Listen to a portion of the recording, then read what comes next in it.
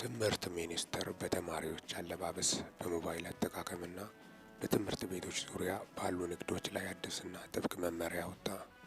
ትምህርት ሚኒስቴር የትምህርት ቤቶችን ስነ ምግባርና የመማር ማስተማር ሂደትን ለማሻሻል አዲስ የረቂቅ መመሪያ ያዘጋጀ ሲሆን በዚህም መሰረት የሚከተሉት ክልከላዎች ተቀምጠዋል።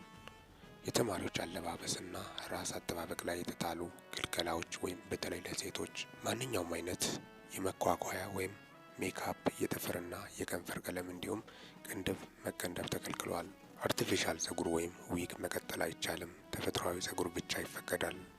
የሴቶች የደንብ ልብስ ወይም ቀሚስ ርዝመት ከጉልበት በታች መሆን አለበት። 3 በትምህርት ቤቶች ዙሪያ በ500 ሜትር ራዲየስ የተከለከሉ ንግዶች።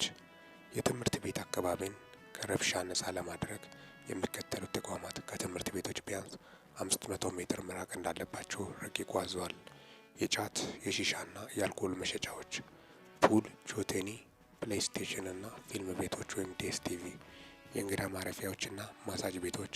ቅጣቱ ምንድን ነው? ከ9ኛ እስከ 12ኛ ክፍል ያሉ ተማሪዎች በተደጋጋሚ የዲሲፕሊን ጥፋት ካጠፉ እንደ ጥፋቱ ክብደት እስከ 1 ዓመት ከትምህርት ሊታገዱ ነው የሚችለው መመሪያው አስቀምጧል።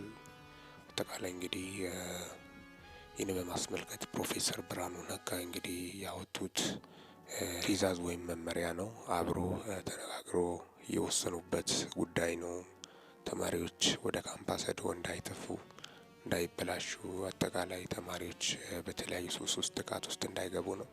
ይህን ውሳኔያቸውን በርካታ ቁጥር ያላቸው ኢትዮጵያኖች እየደገፉ ናቸው። ምክንያቱም ልጆቻቸው ትምህርት ይማራሉ ተብሎ ሲሄዱ ወደ ዩኒቨርሲቲ ሲመደቡ በጣም በሚያሳዝን ልብ በሚሰብር ሁኔታ በማይሆን ሁኔታ ውስጥ የሚገኙበት ግቢ ውስጥ ደግሞ የምታዩት ነገሮች እጅግ አሳዛኝና ልብ ሰባሪ ነው በማለትም በርካቶቹም ሲገልጹም ተስተውሏል። ከዛም የተነሳ ቤተሰብም ልጁን በኮንፊደንስ እንዲሰማው ይህ መመሪያ መጥቷል በማለትም ነው።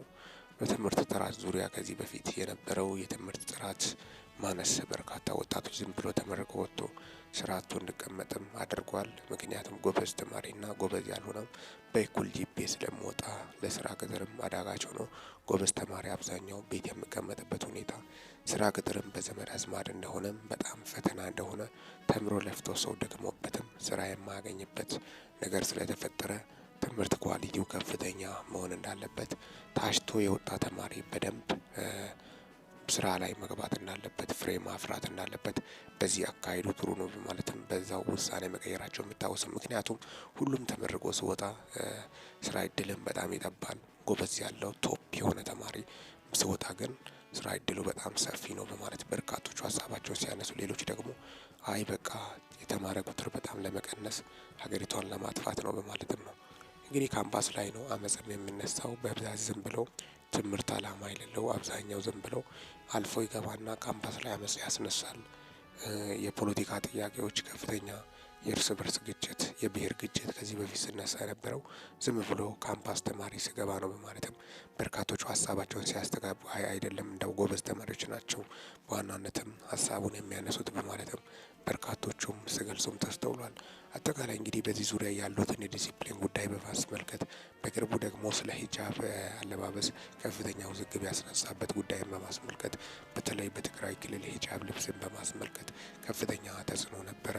ተማሪዎች እስከ 2 ዓመት ከትምህርት ገበታቸው እስካሁን ድረስ ርቆ ያሉበት ሁኔታም ነው እየተፈጠረው በማለትም ነው።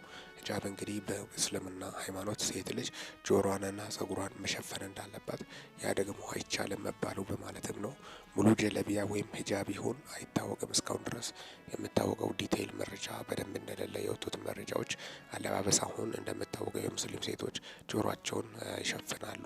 ሙሉ ምናልባት ወይም ፊታቸው ሸፍነው አይናቸውን ብቻ የሚያሳዩ ከሆነ እሱ ምናልባት ከባድ ሊሆን እንደሚችልም እንግዲህ ትምህርት ሚኒስትሩ በትግራይ ክልል የነበረው ከፍተኛ ተጽዕኖ እንደነበረና ህዝቡም ቅሬታ እንደ ማህበረሰብም የእስልምና ተከታዮች ይህ ነገር መስተካከል አለበት በማለትም ከፍተኛ ተቃውሟቸውን ሲያሰሙ ነበረ። ለ2 ዓመት በሙሉ በጣም በከፍተኛ ሁኔታ ትምህርት ሳይገቡም እስከዛ እስከ ገበታ አድርጓል በማለትም ሀሳባቸውን ሲያቀርቡም ተስተውሏል።